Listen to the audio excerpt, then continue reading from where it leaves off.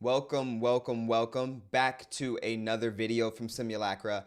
I'm Bryson, and today we're building a mobile app for athletes. Yes. So in the recent years, a new development has come into play in youth athletics, namely college athletics and high school athletics. And that is the NIL deal. So traditionally, high school and college players have not been able to receive compensation from their name, image, and likeness, like the NFL players or the professional players of any athletic organization can, because they're professionals. And even in amateur leagues, they can receive brand deals, sponsorships, compensation for their name, image, and likeness. But as a student athlete, whether it be in high school or college, those athletes cannot historically receive any compensation for their likeness. But now, with the new addition of NIL deals, these student athletes can now get compensation for the hard work they put in to provide entertainment for all of us while also advancing their career in sports. And so many athletes have a lot of brand deals coming in, a lot of sponsorships coming in, payments coming in, different deals from different companies, and they need a hub to manage all of their deals, sponsorships, and so on. And so I'm developing a mobile app, and we're going to call it NIL Club. And it's going to be a platform where students are able to monetize their name, image, and likeness. Athletes can sign brand deals. It's basically a freelancer's earning dashboard for college athletes. And I'm building this because I am doing a technical assessment for NIL Club, which I think is a really cool product. So let's get into this build. I hope you all enjoy. I am going to put myself over in a corner. And so I have over on the left the assessment. I have my simulator up on the right. And so for this assessment, I will be using Cursor and Claude Code to build out this application. I have already created a Neon Postgres database over here on another screen. I have Expo Go on my phone, but I also have a simulator over on the right. And then I will be setting up a private GitHub repository to host all of our documentation for our application. So again, the context is I am developing a mobile app platform where student athletes monetize their name, image, and likeness. So the main app is going to have really 2 pages. I'm going to add a third, but that'll be later. So we're going to have a main page. It's going to have their earnings, deals, and profile. And then the second page, the athlete will be able to click on any of these deals and see their payments, their pending payments, the description of the deal, and any other details surrounded around these active deals. And so the assessment was pretty detailed, but I had a few questions, a few product questions that I wanted to think about before I really got into building. And so I wrote them down in a Google Doc here. So I have 3 main product questions. And so I'm thinking about how this app works, and I want to know what are the platforms that the APIs request to and from, as in where do these brand deals come from? So I know that we have the brand deals, they're loaded into the app, but what's the platform that I am requesting to?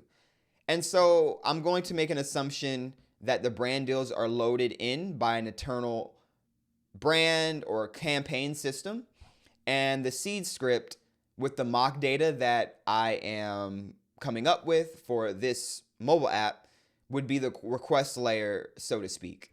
And so in production, the data would come from like a real workflow, as in some sort of company or brand creates a campaign, the athlete would accept that deal, NIL club would create a deal record in the back end, the athlete would complete whatever deliverable, and then the payment would be scheduled, and then the dashboard would actually update.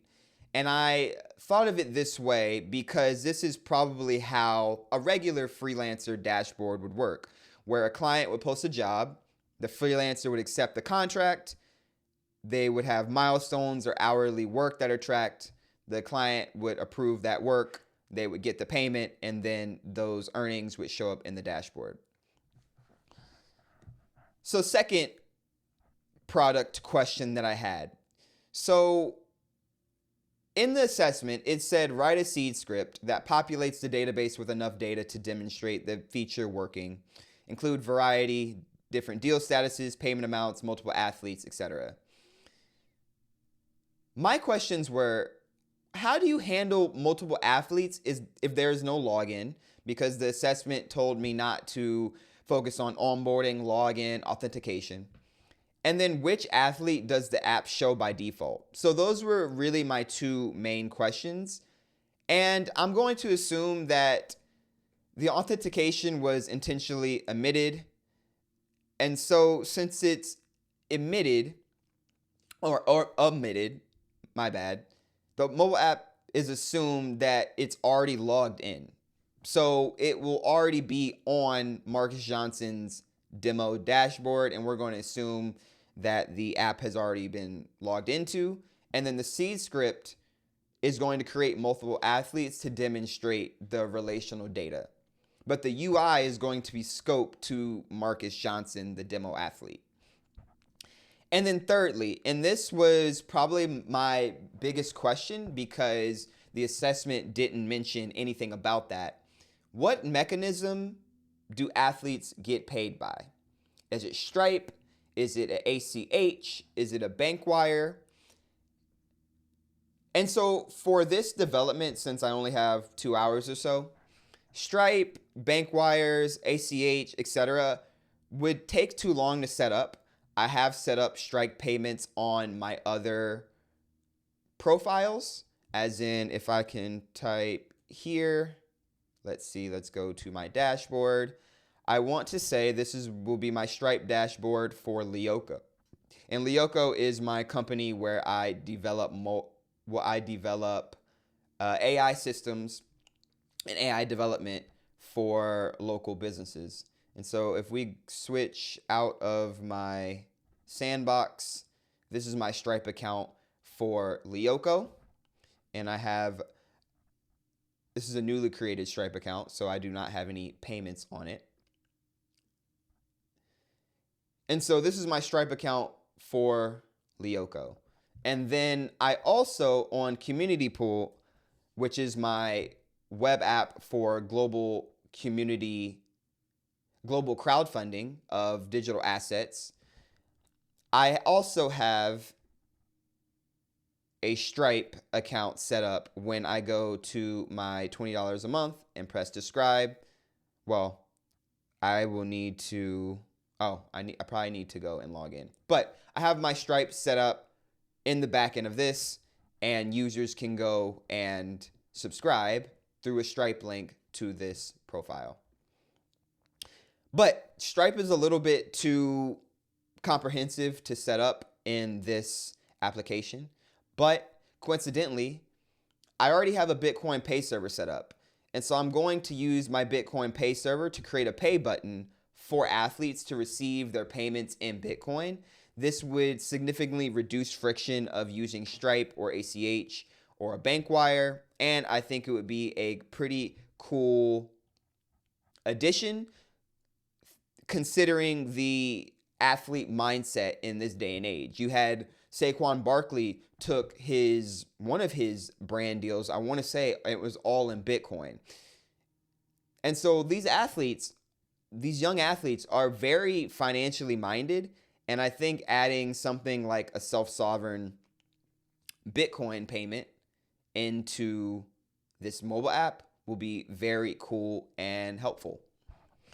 And so let's start the system design.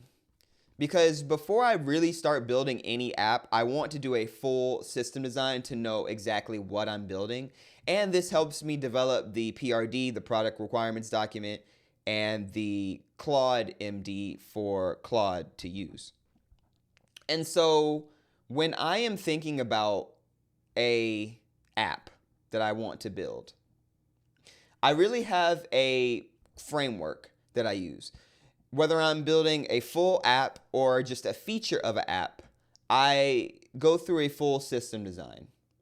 And so I have a framework. Let's paste this into here. And this is my framework for developing any app.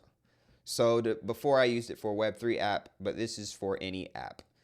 So first you have two primary goals, and those are to satisfy your non-functional and functional requirements. Those functional requirements and non-functional requirements both go to your requirements process, your first step of creating out the system design for your app. Then you have the core entities. And really the core entities are just the nouns and resources necessary to satisfy the functional requirements. Then you have your API and interface. Those are going to be all of your requests, whether they are GET or POST requests.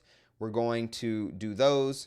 Your data flow is literally just going to be a numbered list, 1, 2, 3, 4, of how data flows in the application or through the feature. And then for the high-level design and deep dives, we're probably not going to get into deep dives in this session because we only have 2 hours.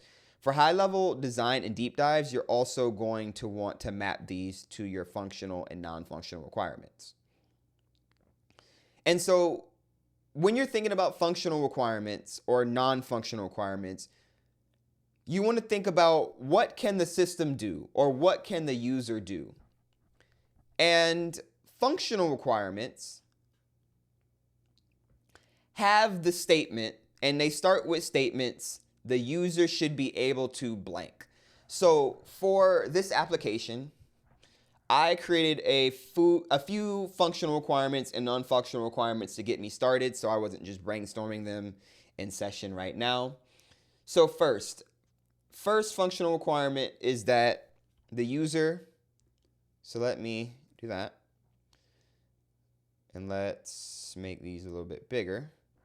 The first functional requirement is that the user should be able to view their athlete earnings overview, including athlete name, sport, school, total deal value, paid earnings, pending earnings, and payment progress.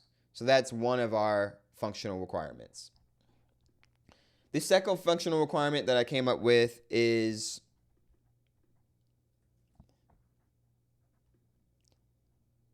that users should be able to view a list of active brand deals, including the brand name, deal status, total deal value, amount paid, amount pending, and payment progress. Second, let's go into my second functional requirements. And functional requirements and non-functional requirements really can get really exhaustive if you go into a super deep dive. I'm just going to have about 4 for each so we can get through the system design and building this app. So my next functional requirement is users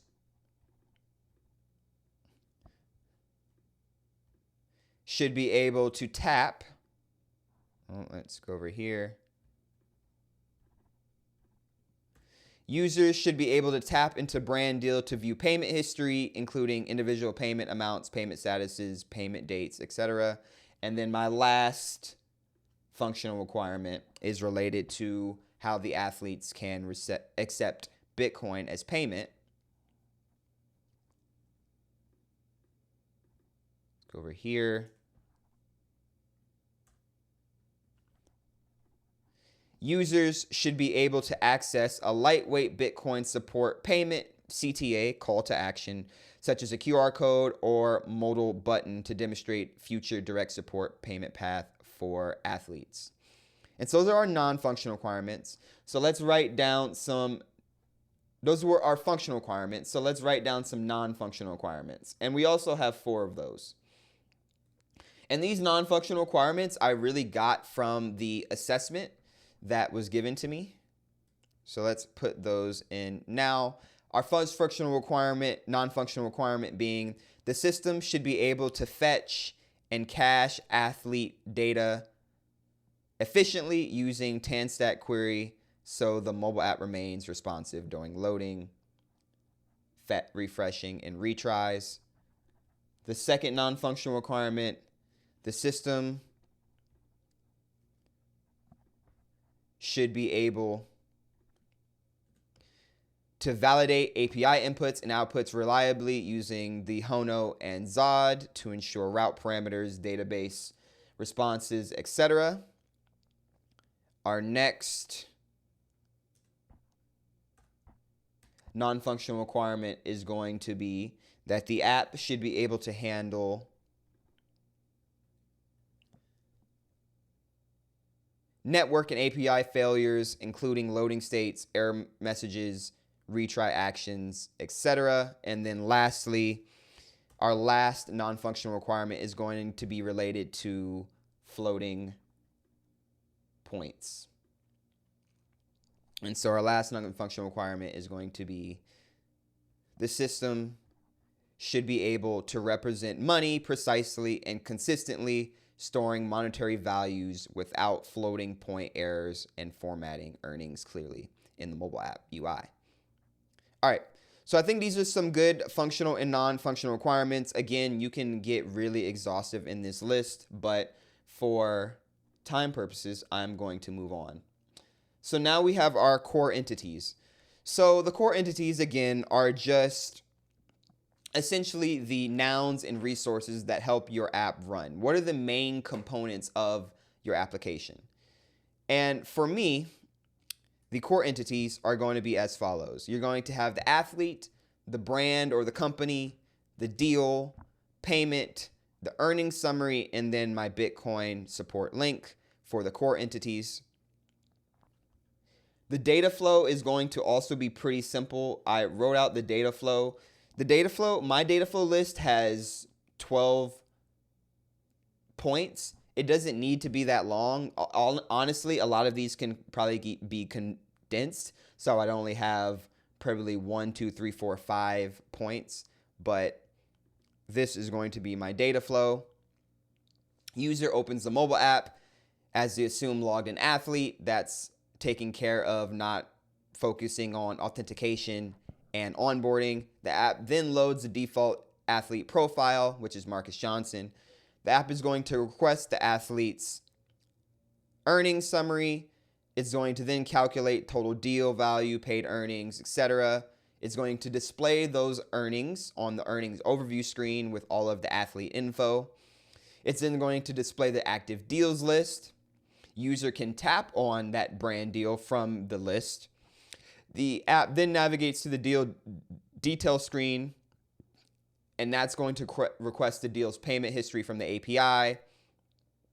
The app then displays individual payments with the amount, status, due date, and pay date, and then the user can pull to refresh the earnings for fresh earnings. And then lastly, the user has the ability to have a QR code or a model that will send them to a URL that they can use to accept Bitcoin payments for their different deals. All right, so we have data flow. Next, we need to have, what's next? Oh, we didn't do API interface next. We need to do API interface. So the API is going to be pretty simple. I didn't want to go too crazy. Also, the assessment gave me APIs that we could use in general. So let's just say these are going to be our APIs. And we're not going to write out the API in full yet, but to give an example of what that would look like, here's an example from my Bitcoin payment processing mobile app right here. And so I have a post, which is a payment link, and the text is going to be a string. The body is going to be a string text. I have a get, and these are getting the transactions from the block explorer. I have a post, which is posting the transactions to the app. And so this is a little bit what your full API written out would look like. I also was talking to ChatGPT a little earlier, and ChatGPT was able to write out the APIs for me. So if you can see right here, we have the get athletes, we have getting the earnings, and it's not showing the JSON right now. We have getting the deals, we have getting the payments. So we had ChatGPT write out some quick and simple APIs. Next is high-level design. So we're not going to get into deep dives because I am running already at 20 minutes for this point.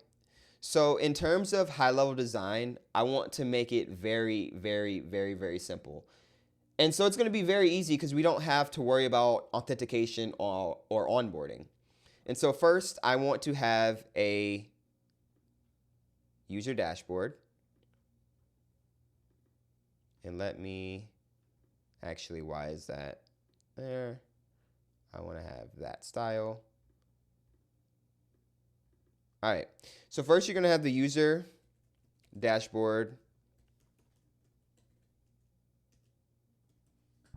And that is going to be where the athlete can see their earnings, deals, profile.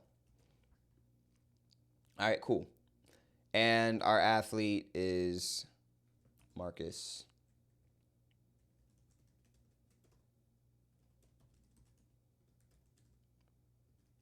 Johnson. All right. So demo athlete is Marcus Johnson. We have our user dashboard. Now we need the app API. So we're just going to say this. We'll say app API. And our dashboard is going to hit API for request. Cool. And we are going to have our, then we're going to have, we need our shared database package. And that's going to hold our seed script, the queries, and then also the Drizzle schema. So let's put this down here. Put that right there. Let's do the shared database package. All right, so we're going to have our API hit that. Boom. And then we also need the Neon Postgres database that we're using that will store all of the seed script. So I'll put that over there. Let's call it Neon Postgres. And this is where our seed script is going to be. So let's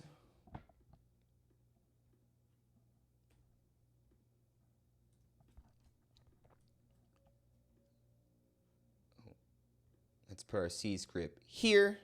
And then we know in the Neon Postgres, we're going to have some tables. So we're going to have some tables, and we're going to have athletes. We're going to have the brands.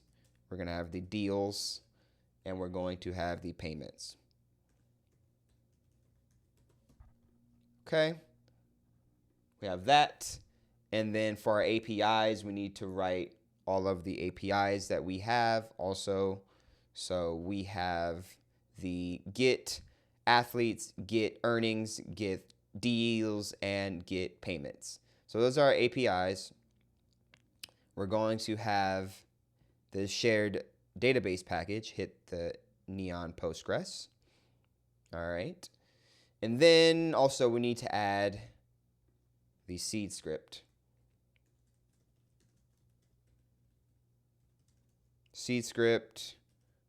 We need to add the queries. and the Drizzle schema. Drizzle schema. Okay. It's there. And then lastly, we need the Bitcoin payment link. So let's just do that at the bottom. BTC Pay support. And that will be in the form of a QR code / model button. All right.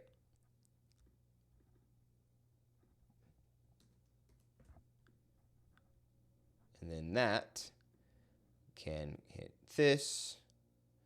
And let's make that because it's optional. And then we also need to account for loading, error, and pull to refresh. So let's put that over here. So that's going to be our very simple system design for this application. As you go into the deep dives, you'll build this diagram out more, add more notes. But for this mobile app build, this is what I'm going to go with. Pretty simple. The user dashboard hits the app API. This is where we had our seed script. Our seed script is put into the Neon Postgres database, where it has a table for athletes, brands, deals, and payments. So now that we're done with system design, I am going to get into building this mobile app. So first, I need a repo. So I'm going to go to repository. Let's go to new. Let's make it description. Let's pull the description from here for context. Let's add that description. Boom.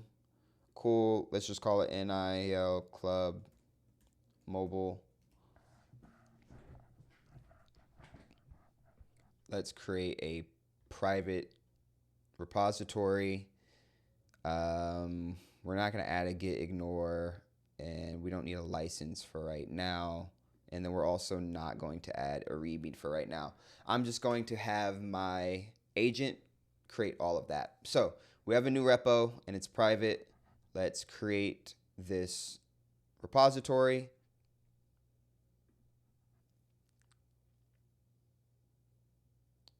All right, perfect. So our repository is created. Now I need an IDE, which is a integrated development environment. And for my IDE, I'm going to use Cursor. I think Cursor is really seamless and user-friendly, even though it is for more detailed and robust app development.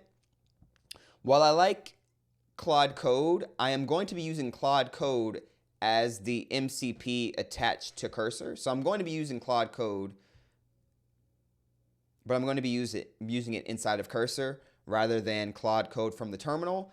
I don't think Claude Code's platform looks good at all. I think Claude Code works best when you use a dedicated IDE and then use Claude Code for code generation. So that's what we're going to do in this app. So we have our GitHub ready to go. We have the Neon database ready to go. Claude Code is ready to go. Expo Go is ready to go. Let's bring up, I don't know why we have that. Let's bring up Cursor.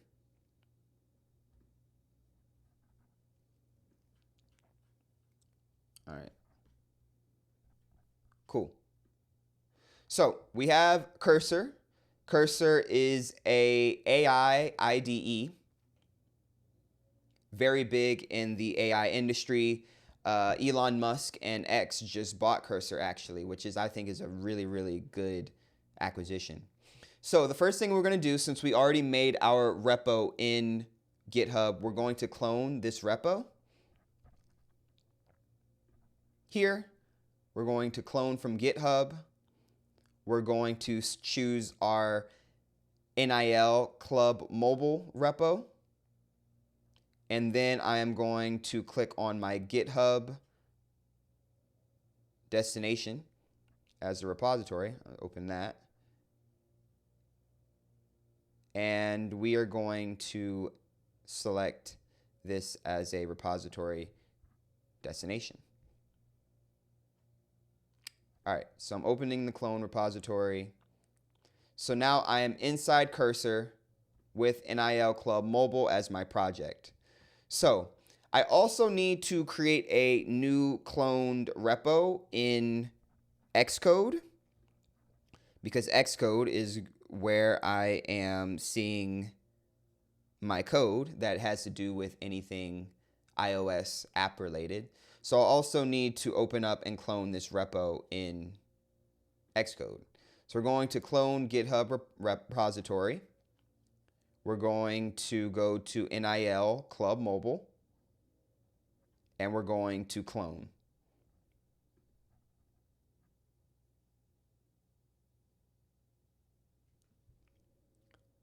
So now that that's done, my Xcode will open up with my new project, NIL Club Mobile.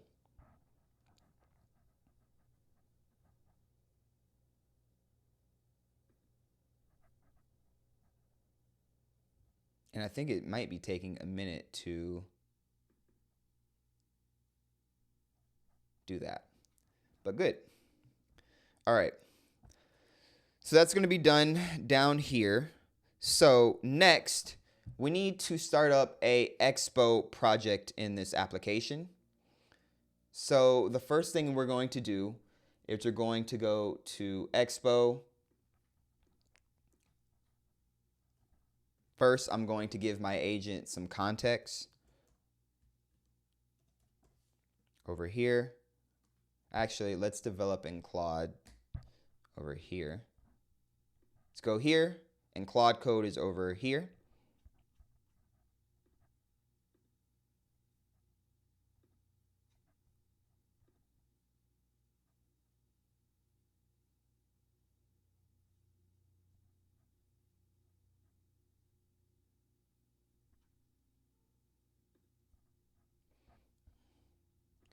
And then we are going to talk to our agent down here. So let's give it some context. And it looks like I have about an hour and a half left. That's perfect. So this is the context. I am developing a mobile app. First, I need to create an Expo project. Call this Expo project. Let's say we can call it NIL Club Mobile. And I actually need to lowercase all of these because Expo will not accept project names that are in capital letters, that have capital letters in them. All right, so let me give my agent access to the Expo documentation for starting up new projects and creating new apps. So let's do that. Here is the documentation for creating new apps with Expo. And I guess I could have added that as content, but I don't like how Claude Code over here adds content as well. So I think that is fine. That is a user. All right. So I think we are good to go. We'll name this project NIL Club Mobile.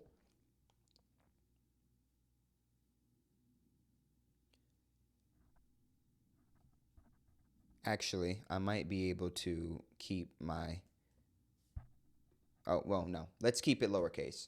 All right. So I think I'm good to go.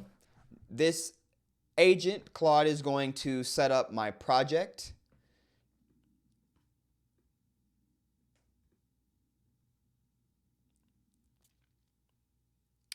And let's give it this prompt first, and then we'll start building out the actual dashboard. All right. So let's do that.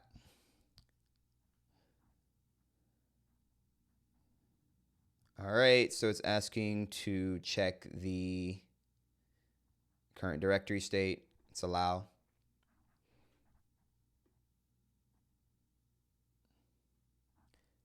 And then over here, I'm going to take all of my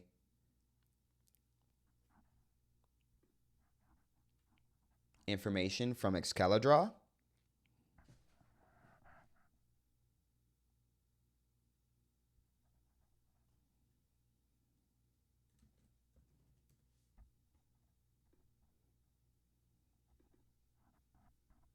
And I'm going to create a PRD for this application. But first, I want to create a new folder. We have NIL Club Mobile, but I will also want a NIL Club Mobile Xcode.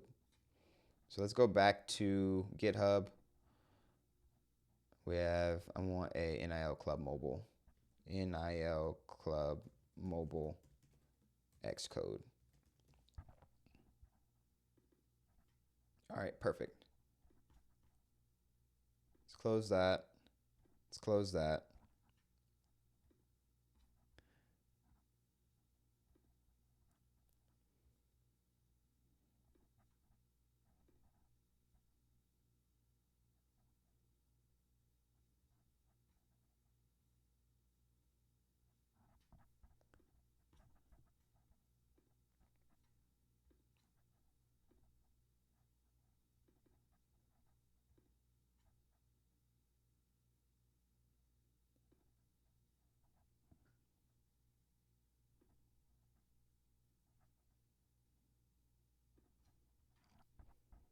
All right, allow it to edit the JSON. All right, so let's take all of this stuff while that's working. And we're going to take all of this system design and create a PRD from ChatGPT. So I'm going to ask ChatGPT to create me a PRD. So let's take this. Let's type that in there. Oh, wait, is it not doing that? All right, that's not going to do that. I need to actually, let's do this. Let's take all of these. Let's copy. All right. Let's take the functionals.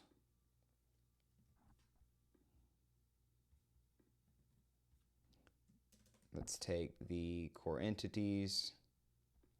I probably could just take screenshots of this, but it's fine. All right, let's take our APIs.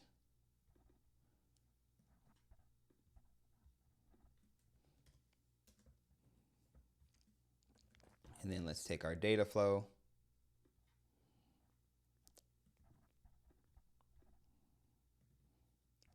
And then lastly, we're going to take a screenshot of the diagram we created. And we're going to feed that to ChatGPT. Take that screenshot, put that over here. Cool. All right, and I'm going to tell ChatGPT to develop two things. Develop a PRD, which is a product requirements document.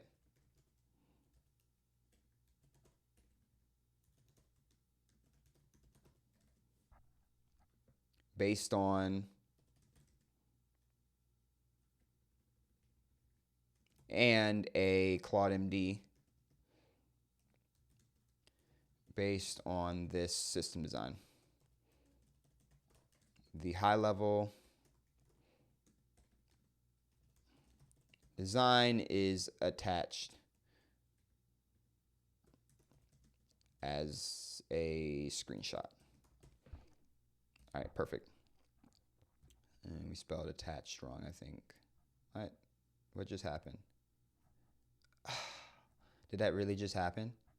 Oh, perfect. Okay.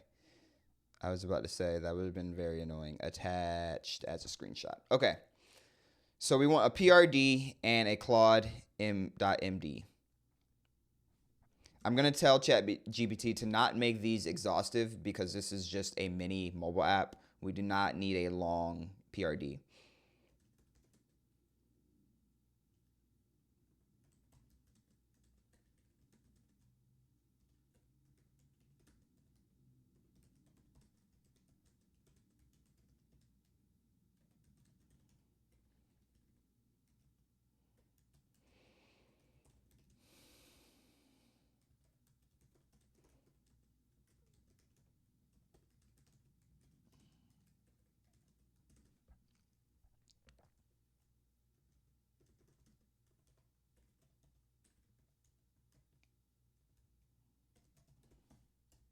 All right, so I'm going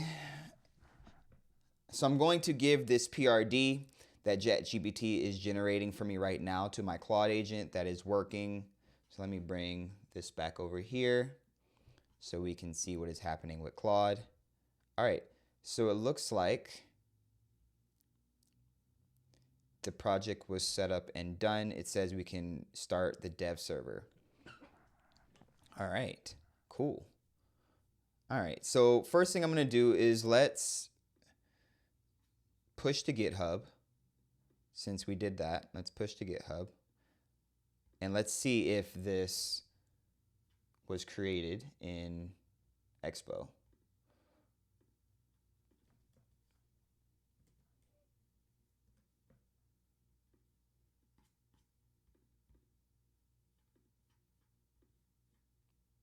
All right, so it'll be created in Expo when we start it. All right, so let's first take this, let's push to GitHub.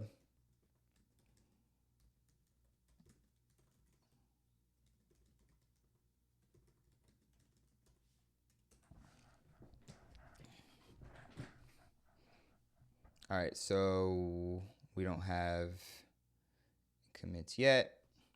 Checking the status. All right, so our initial commits will just be initial scaffolding. All right, so we committed that. Cool. So next, we are going to start a new chat. Let's start a new chat here. Let's paste the PRD that ChatGPT gave us. So here's our PRD. I'm going to read through this before I give it to Claude. And I'm also going to open up a new chat and give it to Claude.md. All right, so let me read through this first to make sure that ChatGPT didn't give me anything that it looks crazy. PRD. Okay.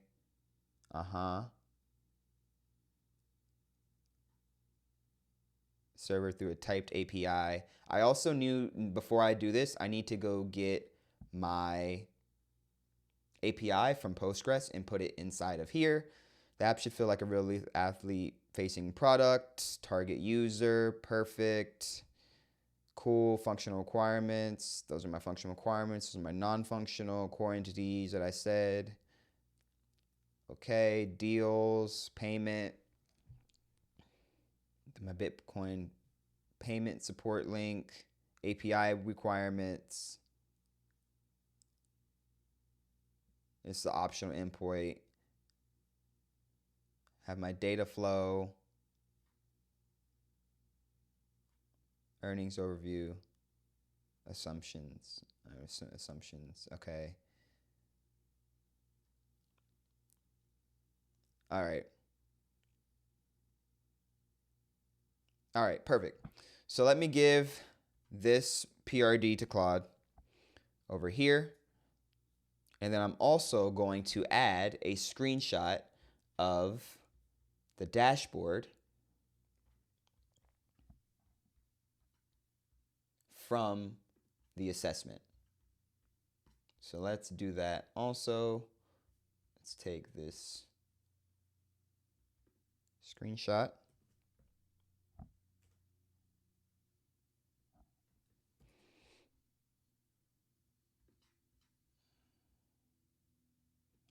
The mobile app's going to look like, so let's post that screenshot in here. Recent screenshot. Cool. All right, and then I also want to take the Claude.md, and let me read through this Claude.md.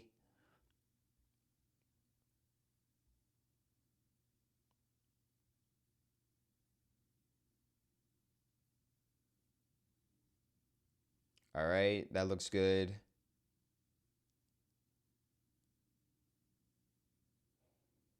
That looks great.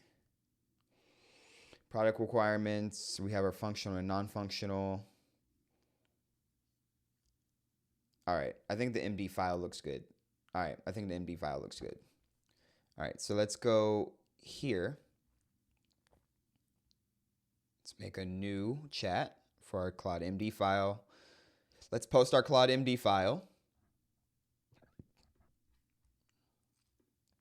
And then we have a chat over here.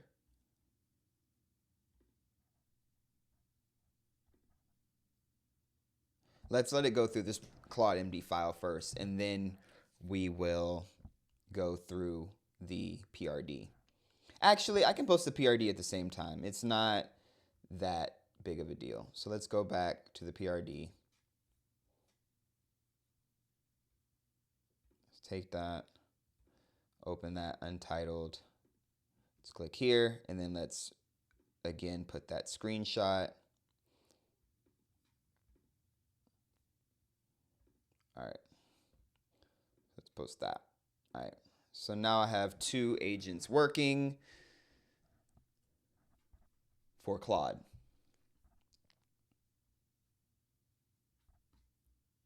All right, so once these 2 agents get done working, I will be able to start up my dev server and see what this application looks like.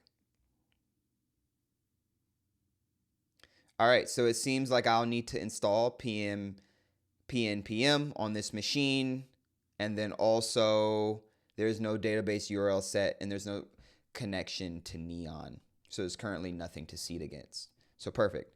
So what Postgres should the API plus seed run against? There's no database URL set and no Neon connection configured.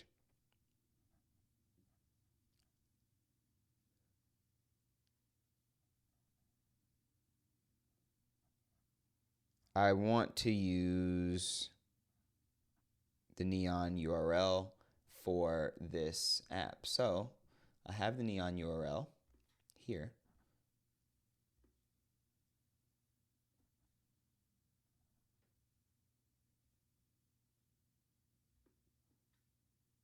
And let's also submit this. So we have this latest here. So let's tell to do this. I'll keep flat and then the package manager. So I have a couple questions for Claude. So first, this question, I will give you Neon URL.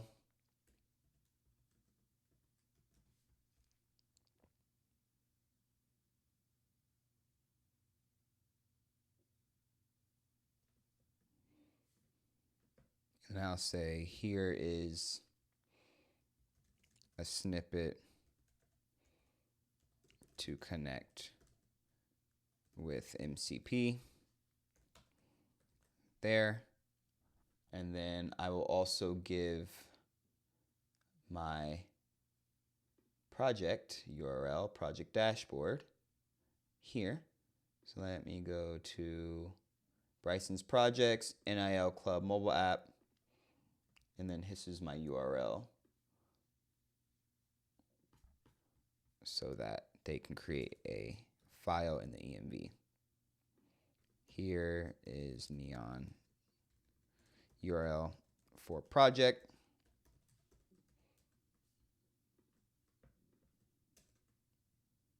All right, cool. So my structure, how should I handle the existing flat Expo scaffold versus the required monorepo? I'm going to ask ChatGPT about that. And then what else do I need to ask ChatGPT about? The repo currently uses the npm, but the spec requires, which is an install. So let's install that. So let's do a couple things. Let's go here. Let's go to chat over here. The agent asked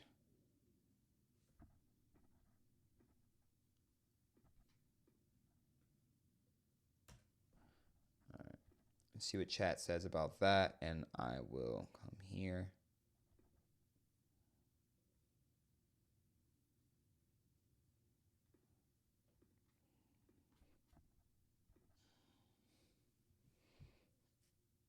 Yep, full turbo restructure. All right.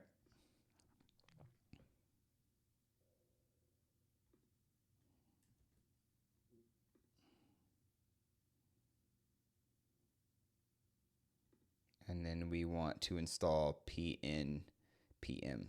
So let's submit those answers.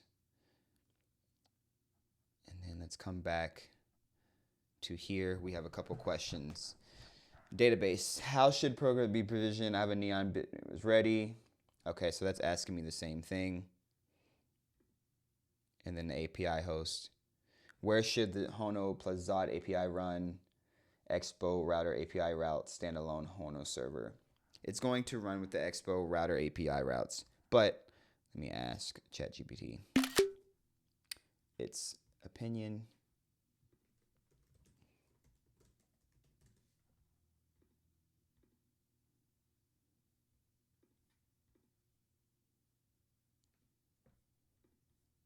All right.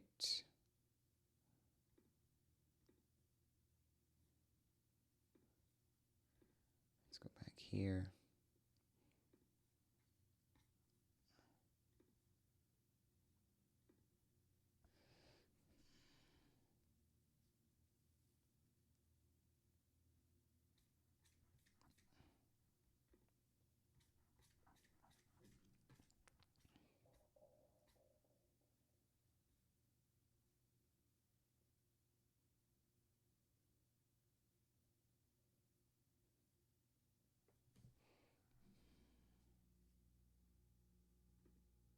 All right. So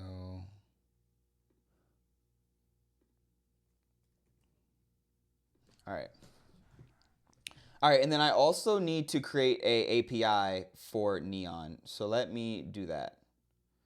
I'm going to do a couple of things. So let me go to settings. Let's go to,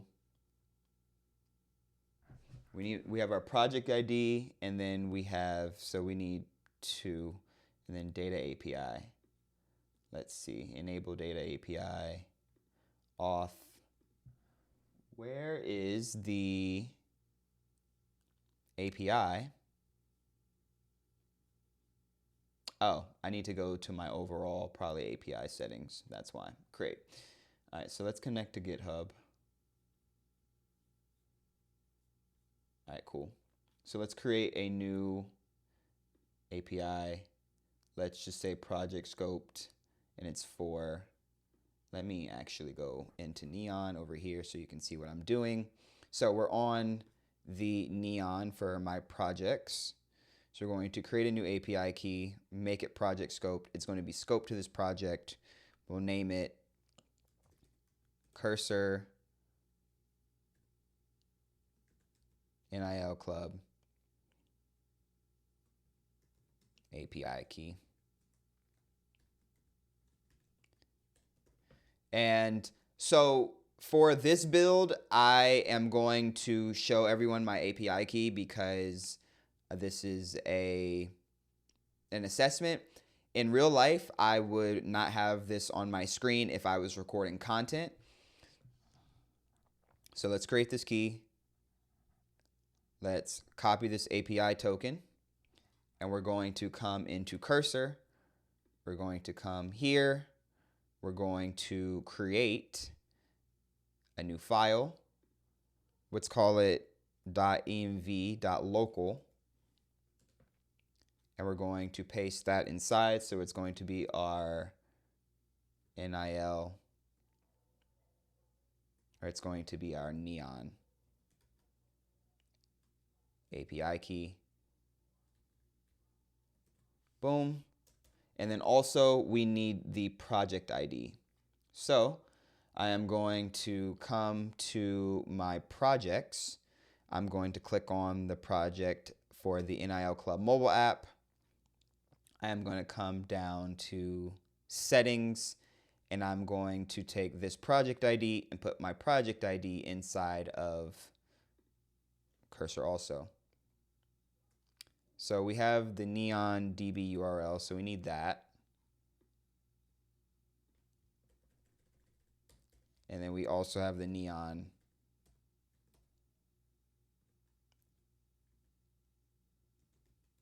project ID. All right, so that's our Neon project ID. And then we also need our URL. So if we go back to Neon, which is on the bottom of this, and we go to the dashboard, well, let's go here. That, and our entire ID will be, URL will be here. This is our dashboard. So we'll post that in. Cool. So we'll save this local env, and then we will exit out up here, and let's go back to Claude in cursor and see what is happening. So it's still going through the PRD. It's looking like we have to do a couple of things before I approve. This is the plan. So perfect. All right, so let me read through this plan and then accept. All right, so context, yep, fresh SDK for Expo router, mobile app calls API over, cool.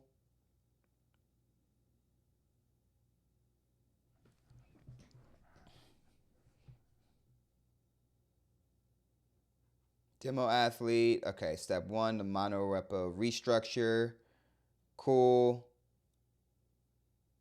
All right, and then we have Drizzle plus Neon.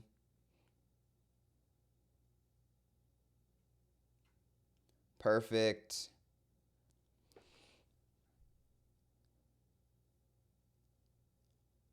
All right, perfect.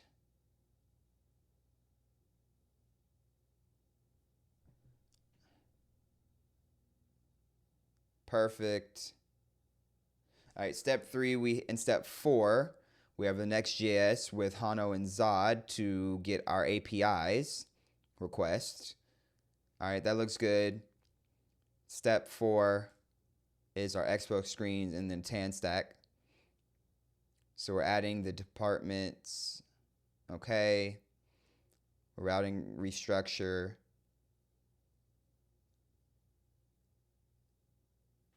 All right.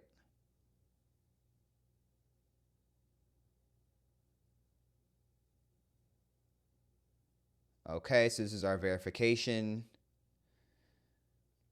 I also need to set up my public API URL from Expo once this project runs. All right, so they need the Neon database URL to run and verify. Steps 3, they'll drop it in the .env or paste it. All right, perfect. So yes, I want to keep going. So let's go over to the MD file because it's still generating the MD file also. There's still a decent amount of things to do.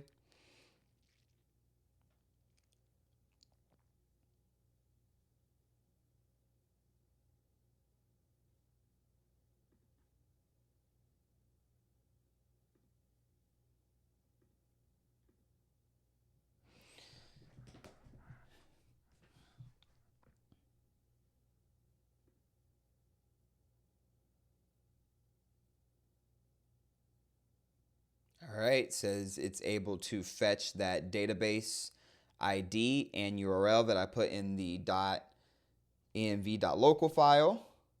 All right, so have the connection. Cool. So it looks like we're really scaffolding out the backend for this application. Usually I have everything I needed. Perfect. Now let's start building the mono repo. So Claude has everything that Claude needs. Usually I would use a Superbase backend. Superbase and Neon are both Postgres databases. Superbase is really for like an all-encompassing backend infrastructure where you need complete control over your entire backend. It also scales very easily, but for this, since we do not have an actual authentication, onboarding, login, all that stuff, and we don't need to handle a bunch of data in tables, it's just static data from a seed script. We're just going to use Neon. All right, so let me see how this is doing in terms of the Claude.md file.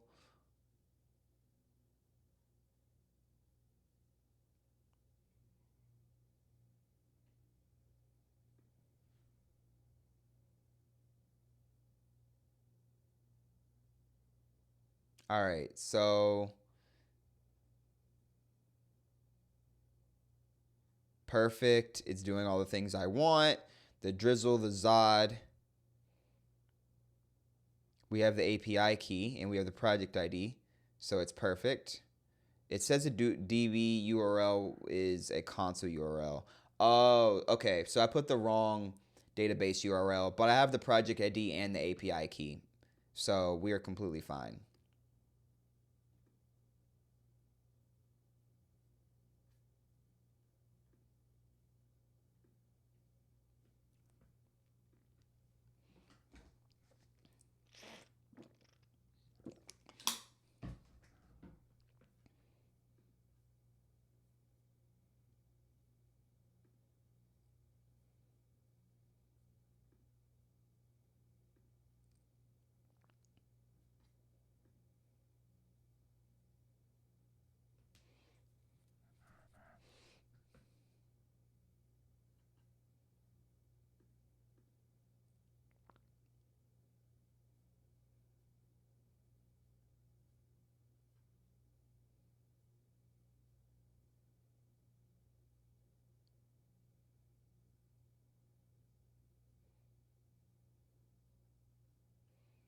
All right, so it looks like I've been working on this repo for I think 25 minutes now, so I think I should have another hour and a half.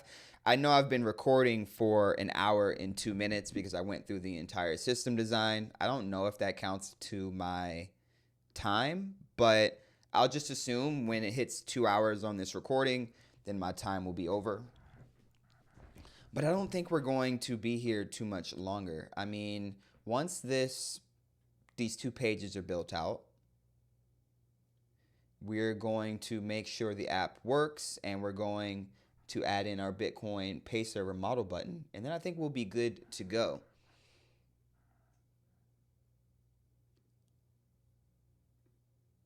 All right, so Claude's still going. Let's check on the other.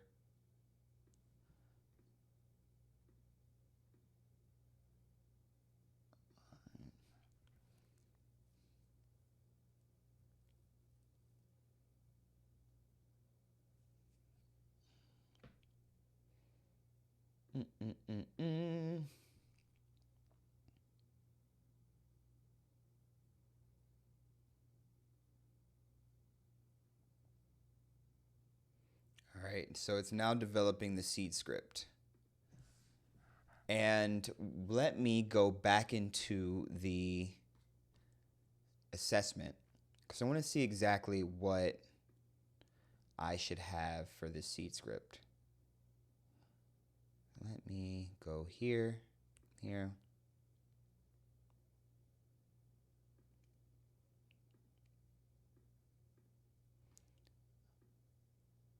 In case I want to modify this seed script.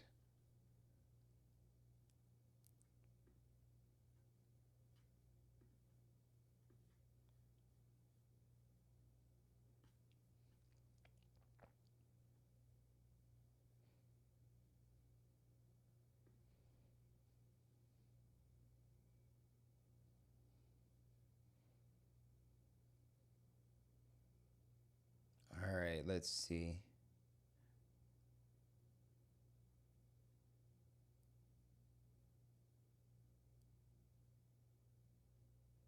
Seed data. So for seed data, we just need following data from Marcus Johnson's Nike deal.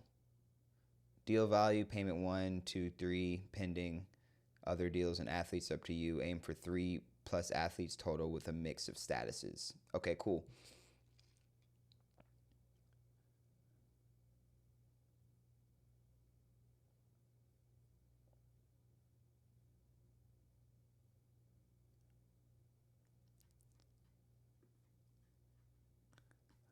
All right. So I'm going to have the ChatGPT write up 2 other athletes then. So let's do that.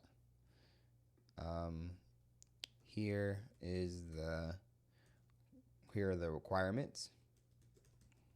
Requirements for seed mock data.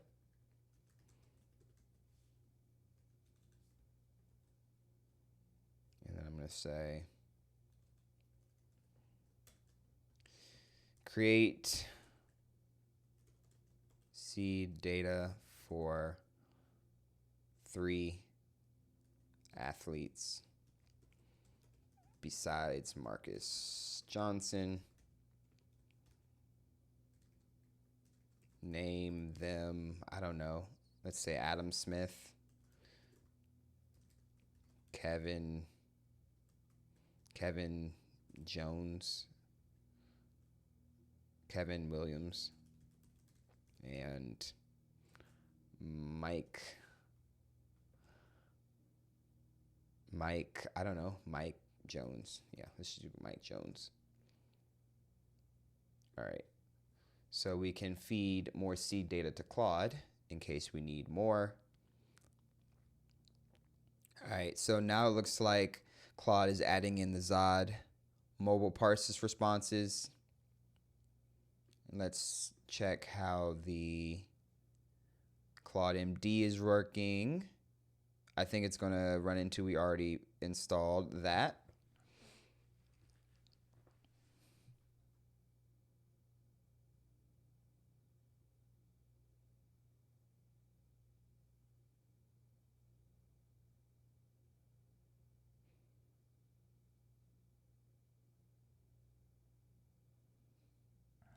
All right, cool. So perfect. So ChatGPT created us a bunch of seed data. And I like the new update, how ChatGPT is giving you the responses in one go. Usually you would have to, all this would be broken up and you wouldn't be able to just copy it. You would have to copy and paste parts of it at once. All right, so we have our seed data. We have more seed data if we need.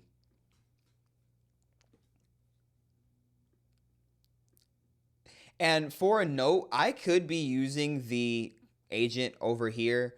Because the assessment called for Claude, I'm going to use Claude, and I have a Claude Pro Max subscription, so it works out. But over here, you have access to all different models and different Claude models. So we have Opus 4.8 right here. We could use Claude over here. It doesn't really make a difference. It's the same exact model, but it's really good for running different processes at once. So usually I will develop like the very scaffold high level app here, and then I'll have Claude go in over on the right and do really, really deep dives and code gen for any complex processes.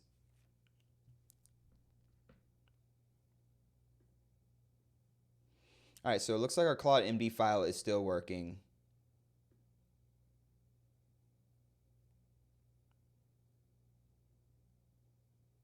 I think we're almost going to be done. This is a lot of tokens.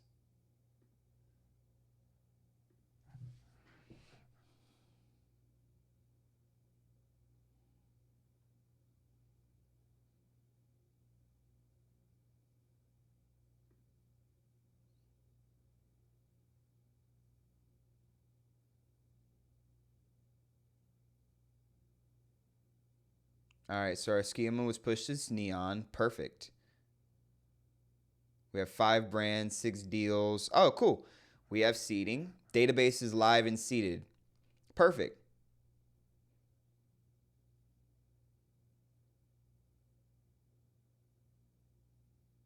All right, perfect.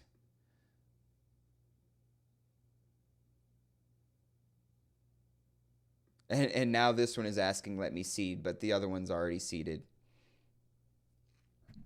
So that is one thing about using agents that is really good, is that they work very well in tandem with each other, checking against each other's work that's already been done and things like that.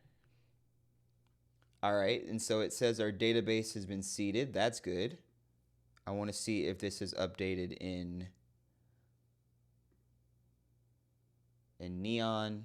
Let's go to overview. Let's see, monitoring tables.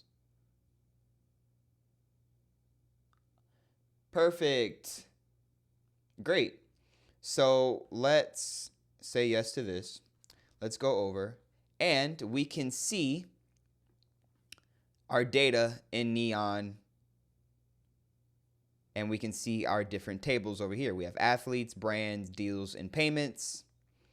We have our brands, Nike, EA Sports, Gatorade, Adidas, Beats by Dre. We have our deals.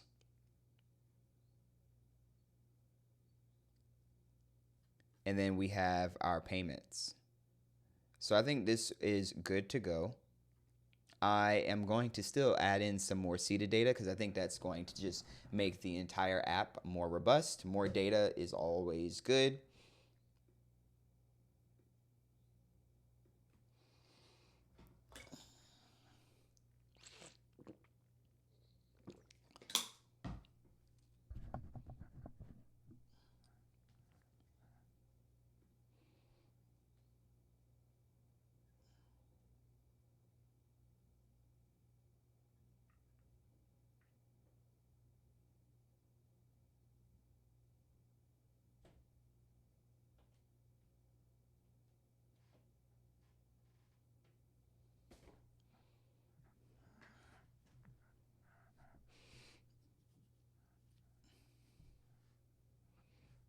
All right, so we're still thinking. This Claude.md file is taking a minute to create, as well as the thing is, it's not creating the Claude.md file. It's creating the app based on my Claude.md and my PRD. And so this part of the app is really going to take the most amount of time, that first build. And we're not one-shotting. It's never a good idea to one-shot an app. It's a good idea to give an agent a robust PRD or Claude.md and then have it build out a working version, and then you can iterate on that as you go.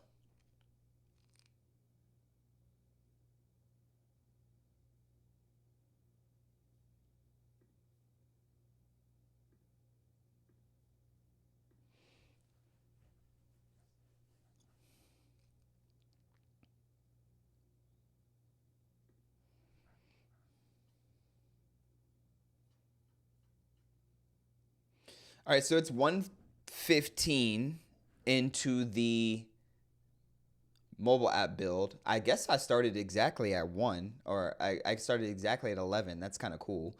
But we're an hour and rounding up 15 minutes in. So I think 45 more minutes and we will be on a very good pathway to having a well working MVP for this application.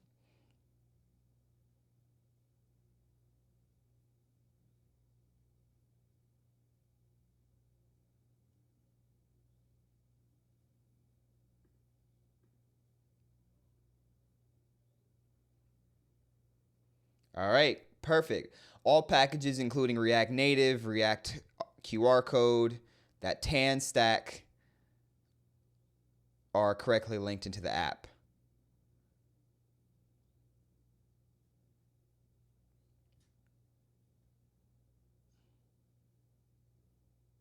All right, so we're verifying that this mobile app is going to work. So it's going to open up on here. And so I'm looking at my Expo right now. I still do not have this application done in Expo.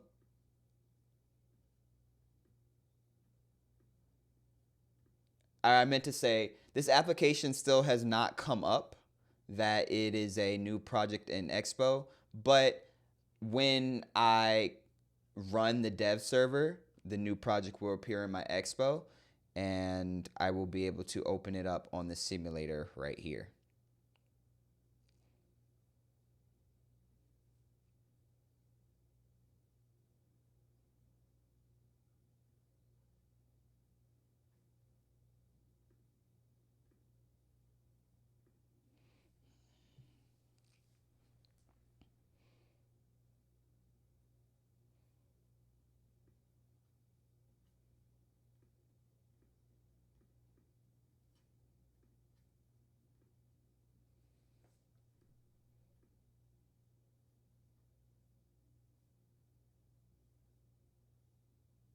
All right, and then the last thing we are doing is getting the NIL specific status, brand colors, and building the library layer. So we are almost done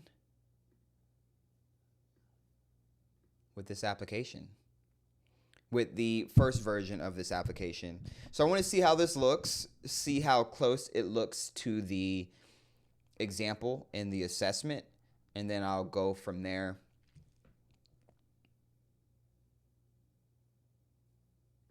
All right, so Claude says my server's ready, and now it's verifying they return the seeded data. We know the seeded data is in Neon.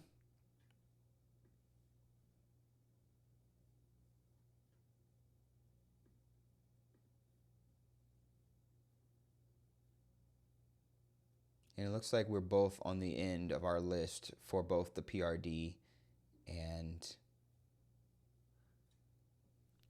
the Claude.md file that we gave it.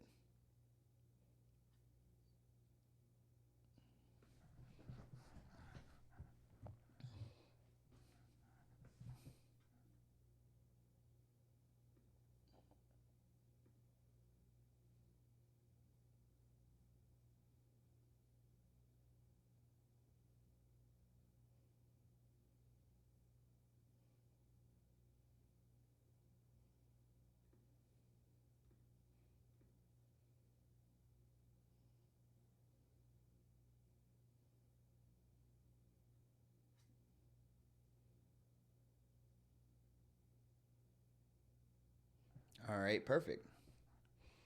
All right, let me see.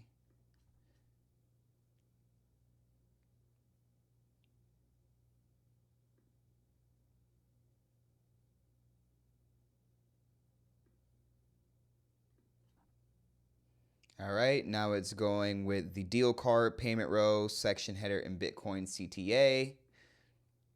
Perfect. It's saying our mobile app depths are all in place.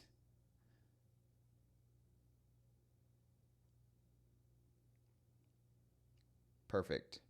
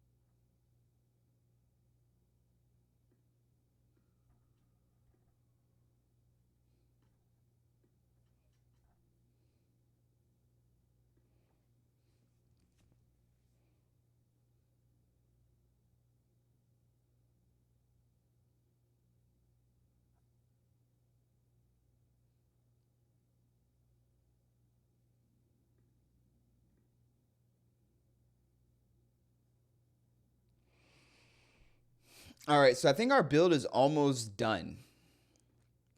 we're getting to the very end where it's building out the last UI cards.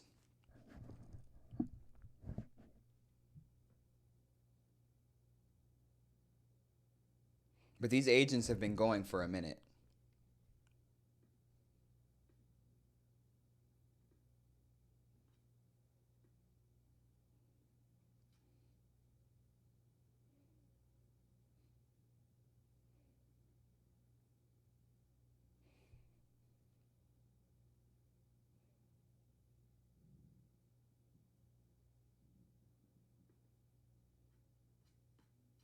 I'm just going to say for the BTC QR code / model, I will give you a QR code and URL for the button. Just use static QR code and button for right now. So let me say that.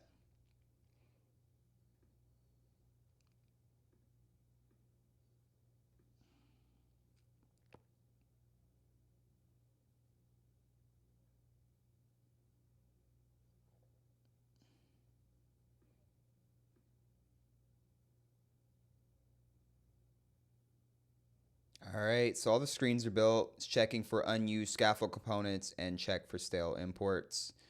Perfect.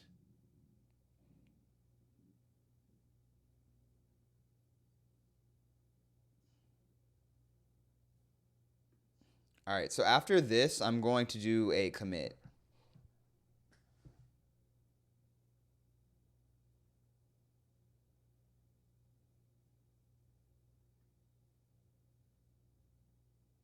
All right.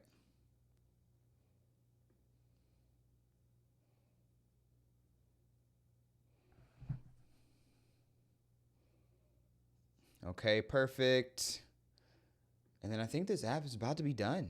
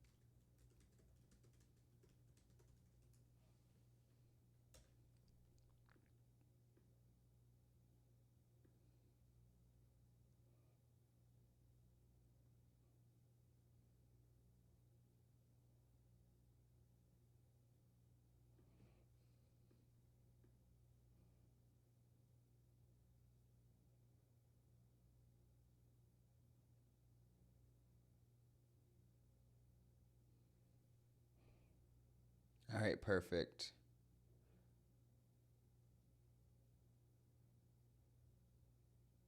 Okay.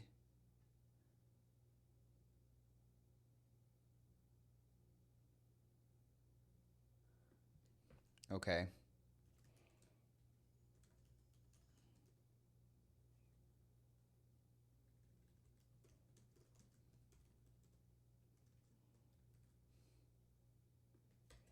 And I'm going to tell the agent that it needs to push and commit some of these changes to GitHub and then use multiple commits if necessary.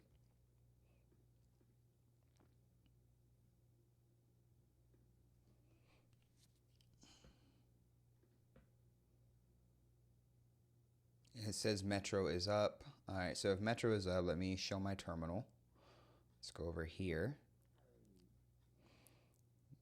We are in NIL Club Mobile, PX Expo start to start up the dev server. Let's wait till these finish actually.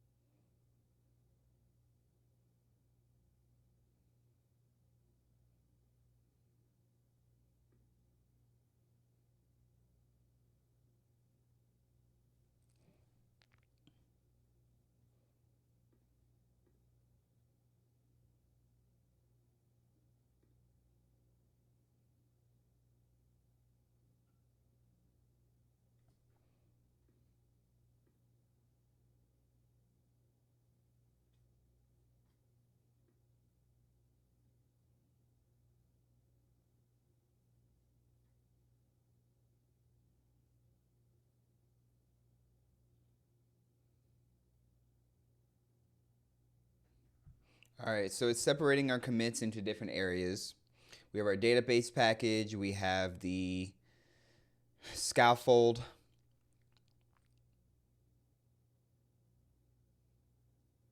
our commit 3 is our API, and then the commit 4 is the mobile app staging.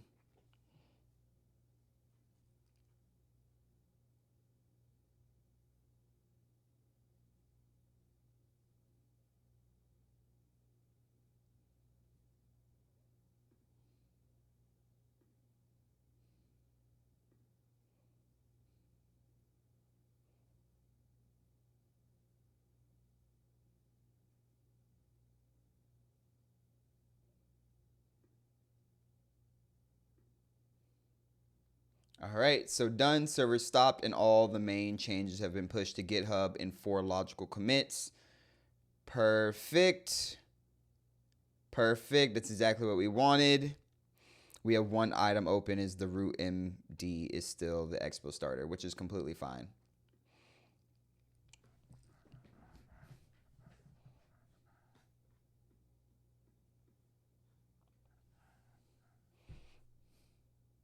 All right, so this agent is making sure that this dev server can actually render. Since we already have a simulator up, we can do a live render here. So once this is done, I'm going to do npx expo start to start our dev server.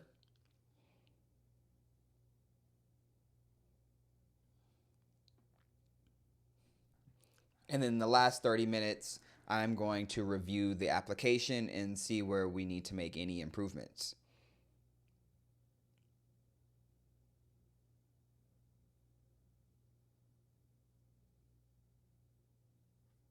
Let me start.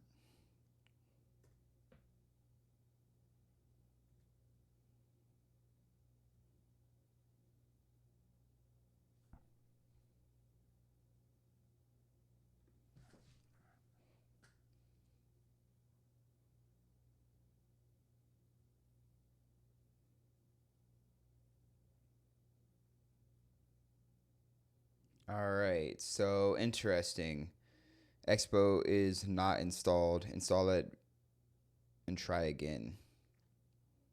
All right, so I definitely have Expo installed. But it looks like we could not determine the project's SDK version, which is completely fine.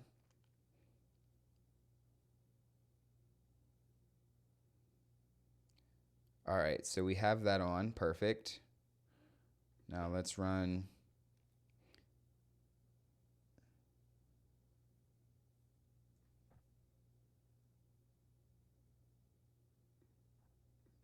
npx expo start. Sure.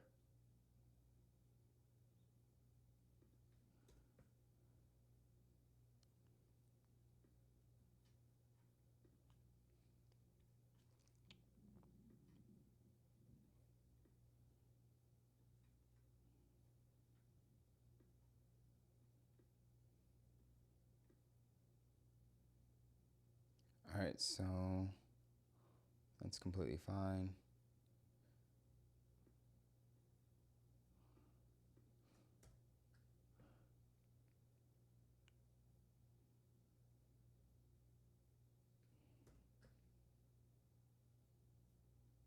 All right.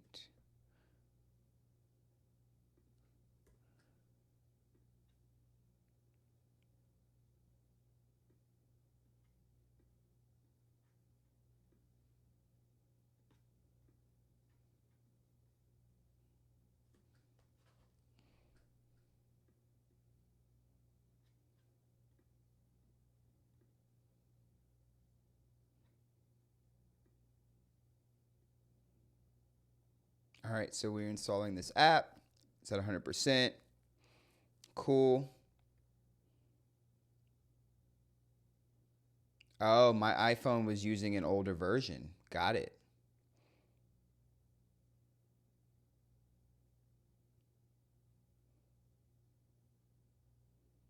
All right. NIL Club Mobile is opening. Perfect. We like to see that.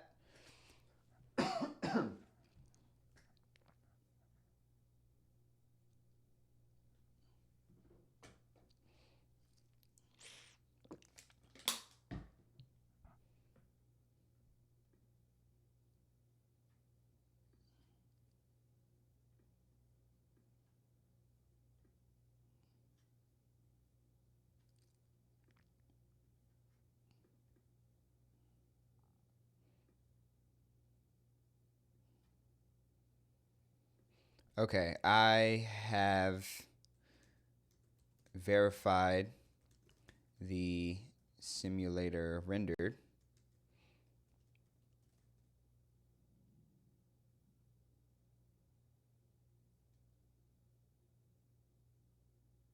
Okay, the app renders correctly.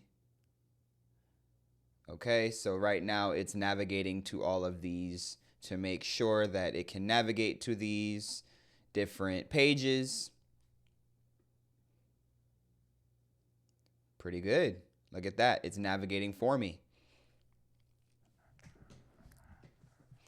All right, I think we're making good time. We're at an hour and 36 minutes. This is an hour and 36 minutes that I've been recording. I don't know if we have our Bitcoin model and screenshot open. Perfect. I don't know if this 2 hours counts at the 2 hour mark of this recording or 2 hours since I started the repo. I did do a good 30 minutes of system design before, but it's not that deep. I think if I build something super cool, then people will be excited about what I built. Especially because I'm really excited, and I actually think this is a pretty big deal. This support with Bitcoin, direct fan support in terms of Bitcoin or getting paid in Bitcoin from your brand deals, I think is going to be huge in the future.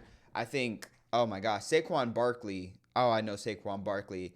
His investments have done so well. He invested in Anthropic. If I'm not mistaken, he invested in Cursor, if I'm not mistaken. So these young athletes making a lot of money and making good decisions with them. So we finally finished all of the things that were built. And I'm going to say, okay, push to GitHub and use possible commits if necessary. All right, perfect. So this is our dashboard. We have Marcus Johnson. He is a basketball player at Duke. We have his total deal, what's pending. And then we have all of his active deals right here. If we click on one of these deals, we can see all of Marcus Johnson's payment history from that deal, how much is pending, how much is remaining, and if those deals are active. This is a pending deal. It's processing.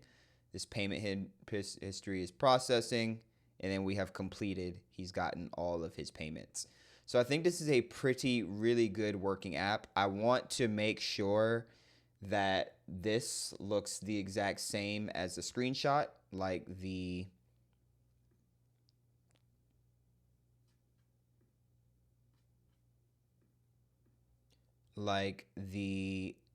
assessment wanted. So I think it's pretty one-to-one, yeah. Well, the font's different. I think that's okay. I want to make sure that the university is spelled out completely. That's correct. We have welcome back. All right, the total earnings look the same. That's good.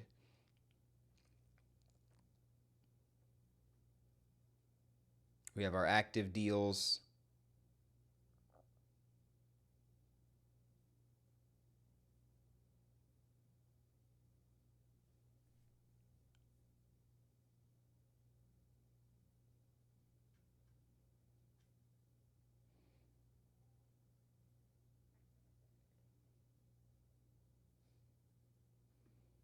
And I want to click on the profile. What does the profile say? Marcus Johnson, active deals, total deal.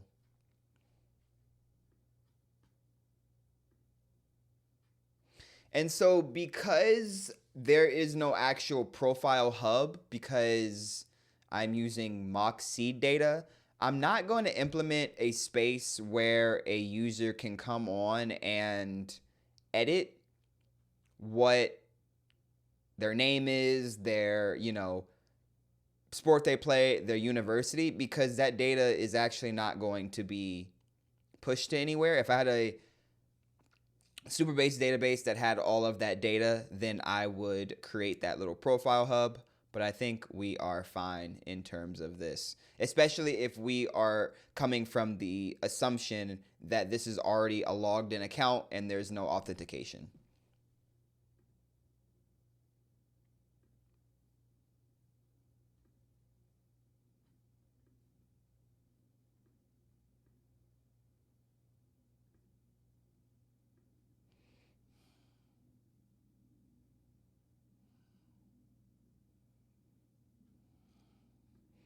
All right, perfect. All right, so for the last about 25 minutes, basically, I am going to go through this app and make sure that we have all of the functional requirements satisfied. So let's go back to our functional requirements and let's read them off. So a user should be able to view their athlete earnings, overviews, including athlete name, sport, school, total deal value, paid earnings, pending earnings, and payment progress. So we can do all of that. We have our name, the sport we play, the school. I actually need to update that because that's not the full school name. So that is going to be one of the updates we're going to make. So let's make a new that, and let's make sure to update the name of the university so that university names are accurate. Duke is not just Duke. Duke is Duke University. And I'm pretty sure it's just Duke University, right?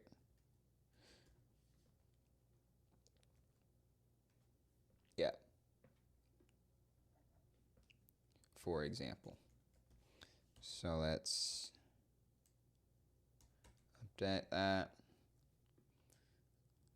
All right. So, all right, so we have that. That's good to go. All right, so Beats by Dre pending. What am I going to do next? Let's go to the assessment. What are some things I need to polish?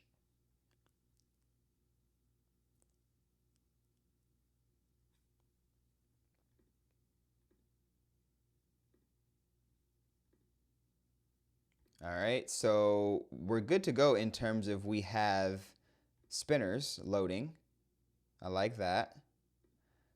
Look, yep, we have loading spinners to the apps. That's perfect. All right, what else?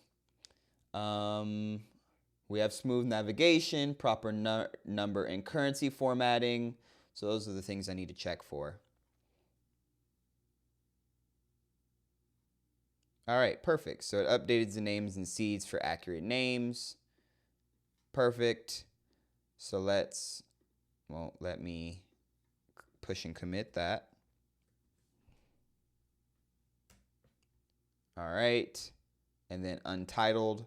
Let's make sure that our mobile UX is good to go. So let's make sure. So check for load spinners.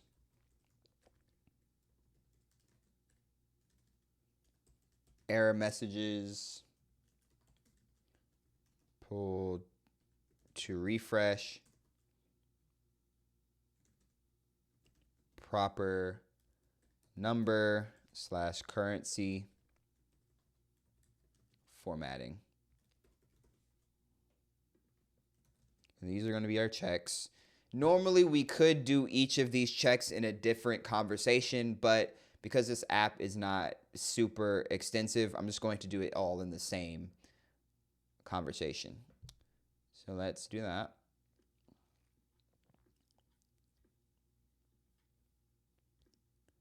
Here. All right, so perfect. All right. So I think the last thing I want to do before I make sure that the README is good to go is that I want to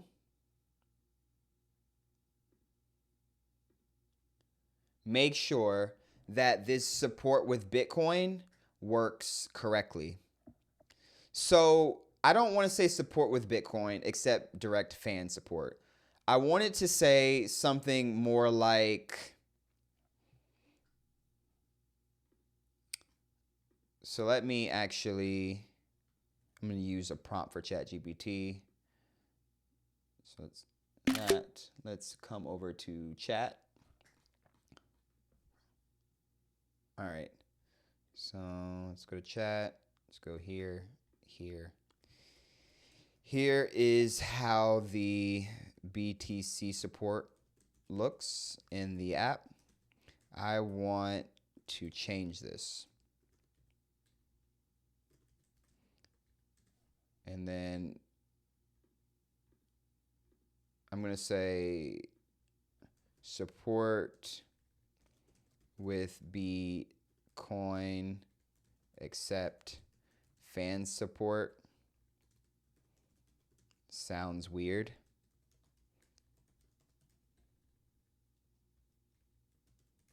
And also, this is more of a professional app than an app for fans. So I want it to sound more professional.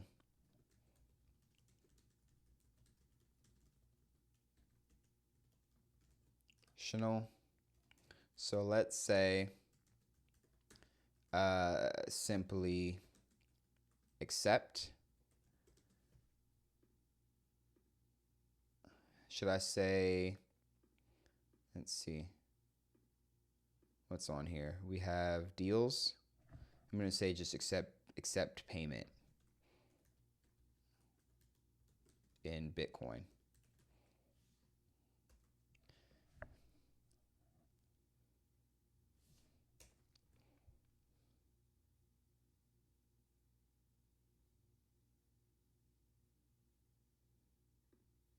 All right, so let's tell our agent this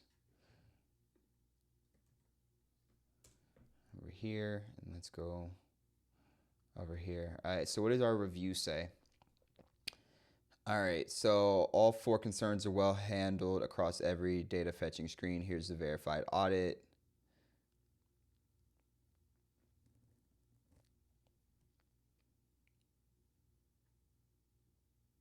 Perfect.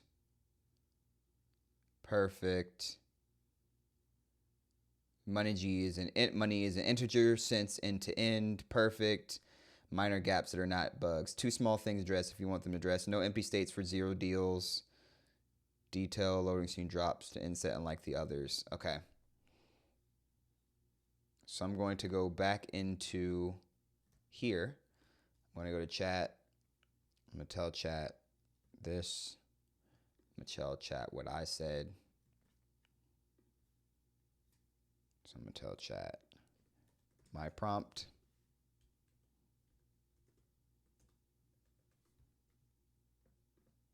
Boom. Agent response. Boom.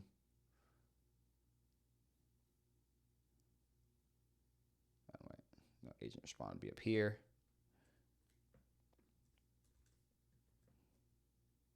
All right, and then I'm going to say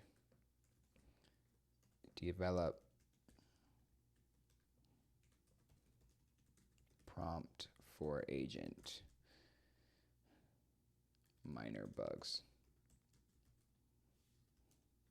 All right, so let's go back here. Let's go here.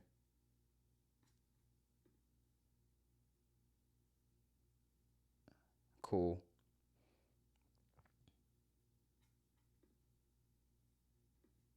I don't love this little arrow right here. I think this is odd, so I'm going to remove that also. Well, also the arrows might, I think the arrow's just in a weird position, quite truthfully. But I think it's okay. I think it's okay, actually. All right, let's just say push and commit.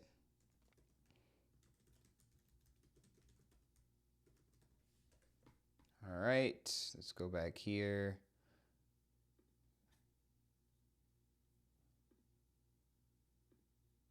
Yep, fix that. Thank you. All right, perfect.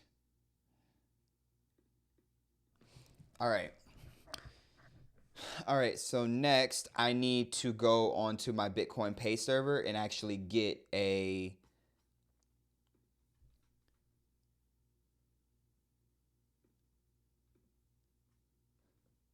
I need to go to my Bitcoin Pay server and actually get a QR code or URL for Bitcoin payments.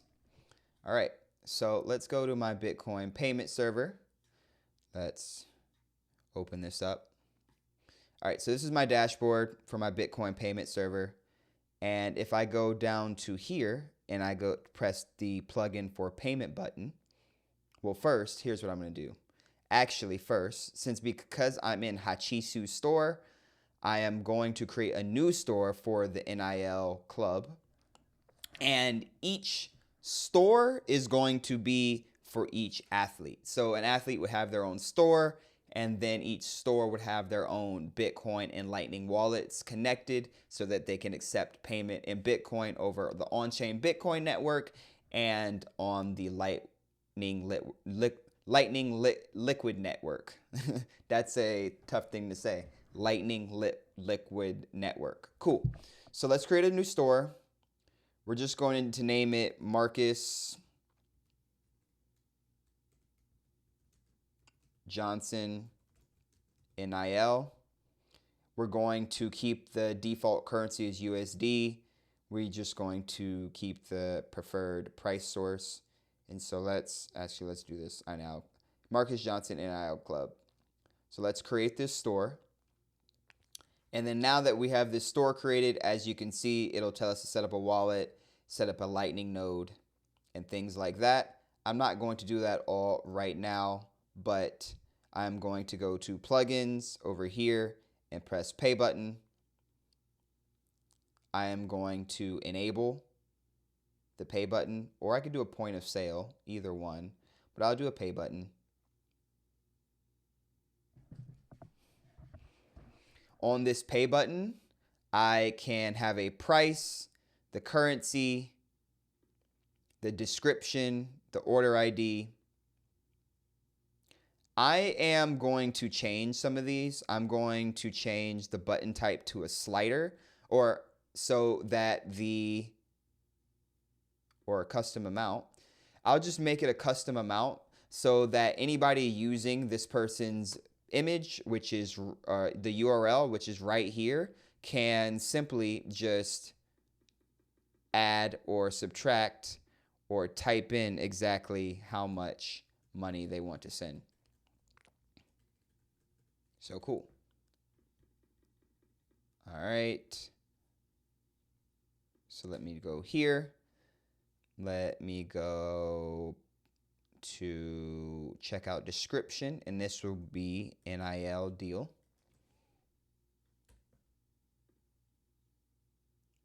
Display options, customizable pay button text. So we have a couple options. We have a pay button. We have a modal.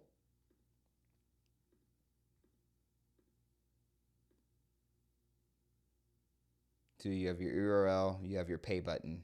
So let's do a pay button. And we're going to change our Bitcoin button to this. So we're going to come here. We can fix the image size. We can fix the other things. All right. We have our email notifications, so the athlete can put in their email whenever they receive a payment. And then we also have a browser that the payment will redirect to after the payment is complete. So we have a bunch of different things, and then we have the actual code that we can use to put into the application. And then down here, we can also share links or URLs with the QR code. And we also have the link URL down here. So I think what I'm going to do is I am going to come over here. And when I press on this, our QR code is going to show up. So instead of a QR code, I think I might just actually have it go to a, you know what? I'll actually have the QR code. So let me use this QR code. So here's our QR code. I think this should work if I'm not mistaken. I think once I save this, it'll work. Hopefully, let's see. Actually, let me take a picture of this and see if it works.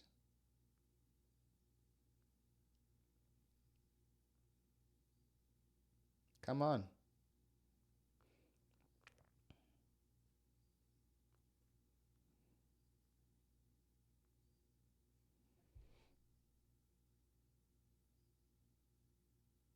Okay, so perfect. So this pay button is going to fail because no wallet is connected, but that's completely fine. I don't want to go through and create an entire wallet for this right now. I actually can because it's not that hard to do, especially a Bitcoin on-chain wallet. But let's take this QR code and let's use this QR code. So let me actually go here.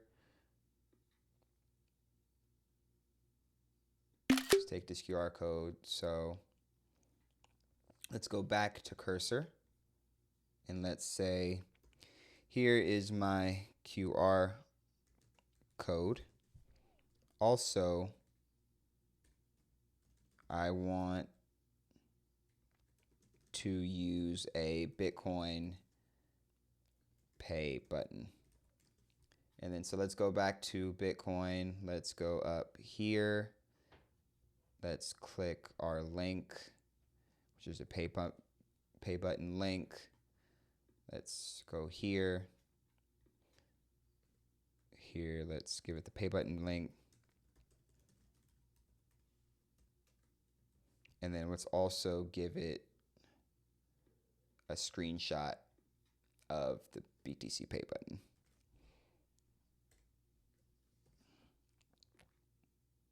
Cool.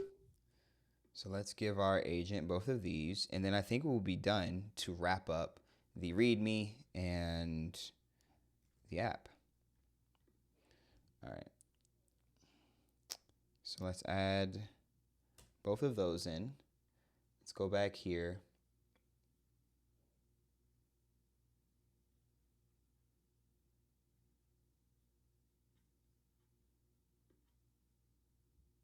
All right. All right, so we're going to open up a new folder. So I'm going to do README. Let me update.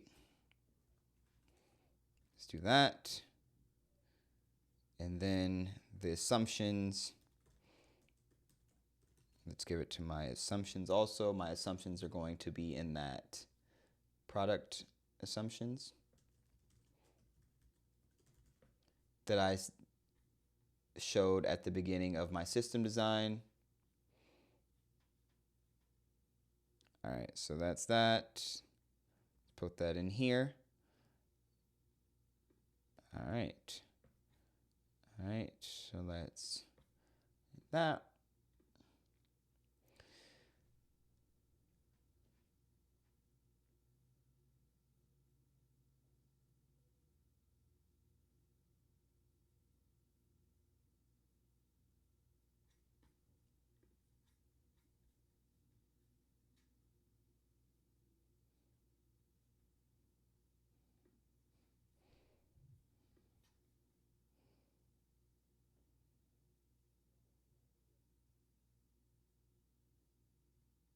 Okay, I just need my payment link. I think I just have my URL right here, which is not the same.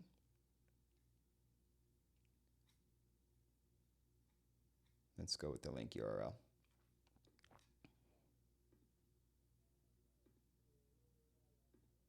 Wait. Use my QR image.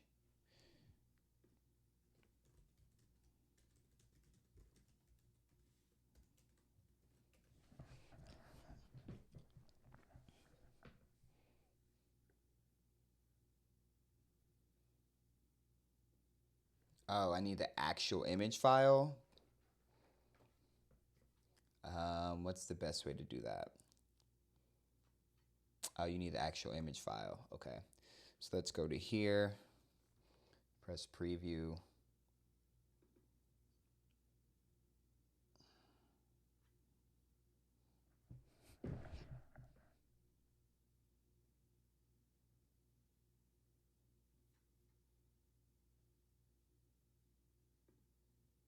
And then this is my link also.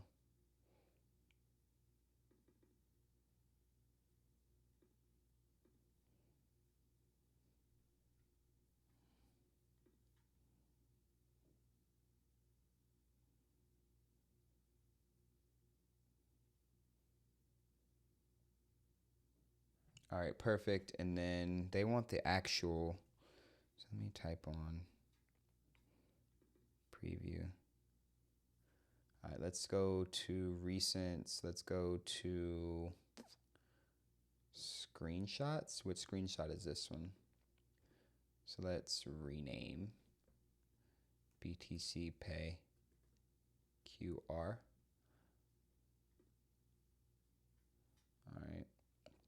And this is going to be in users, Bryson, desktop, screenshots, and what is this actually called? I need to actually know what this is called. Screenshots and screen recordings. Okay.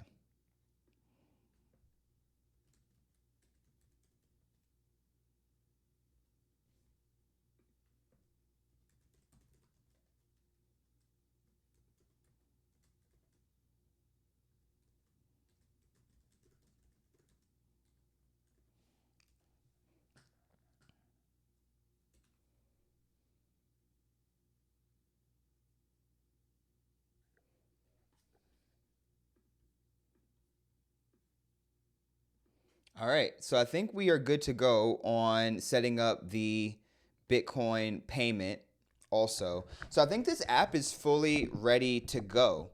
We are just waiting for the README to be done.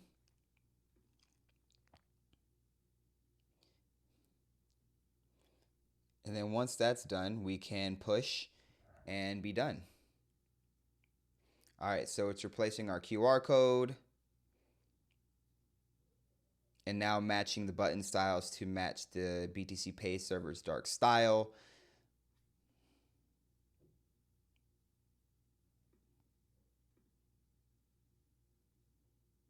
So once these two agents get done completing the README and then updating the Bitcoin payment support, we are going to be done with this app build. So I think this was a pretty good app build. I got it in about 2 hours. We're at 2:04 right now. I did do a good 25 minutes or so of system design, but system design is extremely, extremely important. This is perfect. So we have BTC Pay. It goes over to my page. And this happens because we do not have a wallet set up. So let me actually set up a wallet because I think that would be good to set up. So let me set up an actual wallet. Okay. Let me set up a wallet let me set up a Bitcoin wallet. Hopefully this doesn't take too long. Let's connect an existing wallet.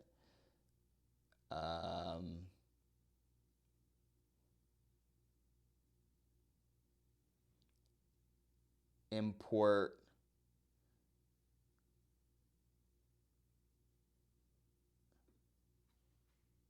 All right, so I don't think I'm going to set up a full wallet right now.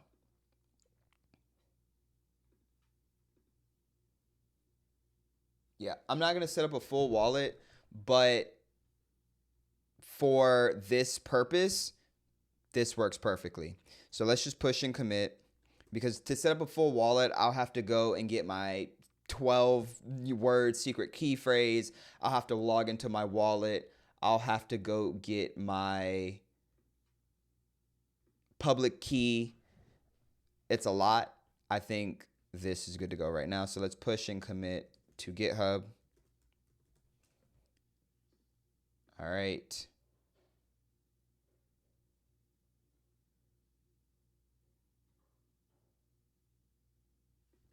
Yes. Then push and commit GitHub. All right. And then the last thing I need to do is add all of these guys as collaborators. So let's do that.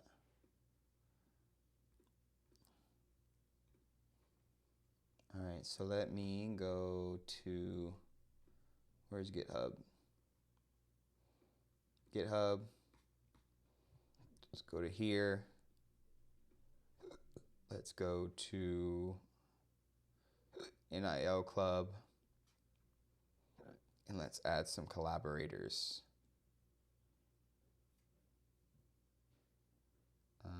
Settings, where are collaborators?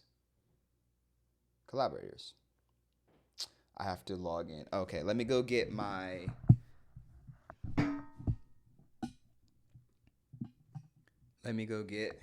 something. I'll be right back.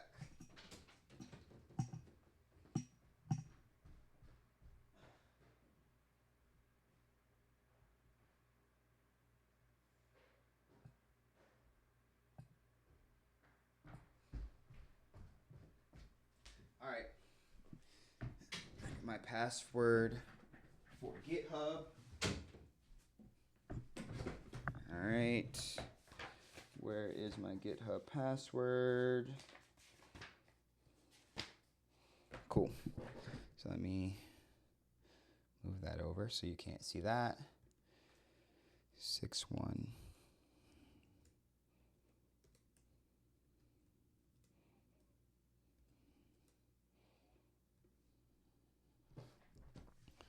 All right.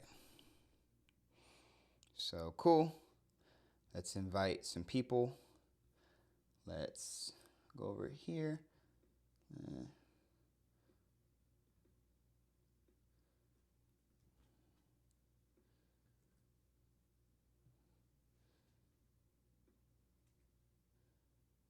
All right, Richard Zing. Thank you, Richard Zhang. All right, and then we have Fabricio. Let's add him. All right, let's add another collaborator.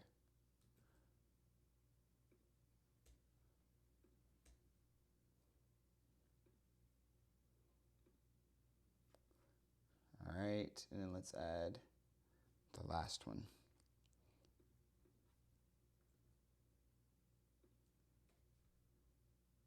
And let's add Alvin.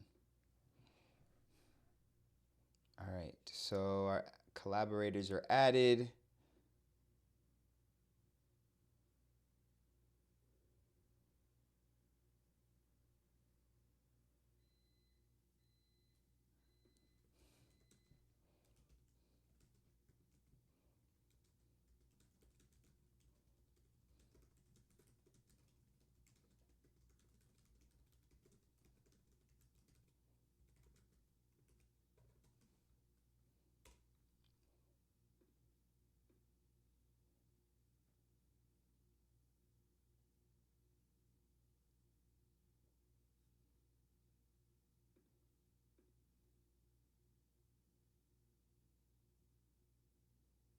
All right, cool. Chat's considered closed.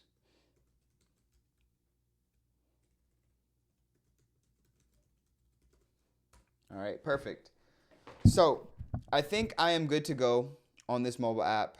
I really like how it turned out, actually. It looks really good. And I think that the addition of being able to accept payment in Bitcoin is going to be really, really cool. So I appreciate everyone for locking in for this 2-hour build in public session.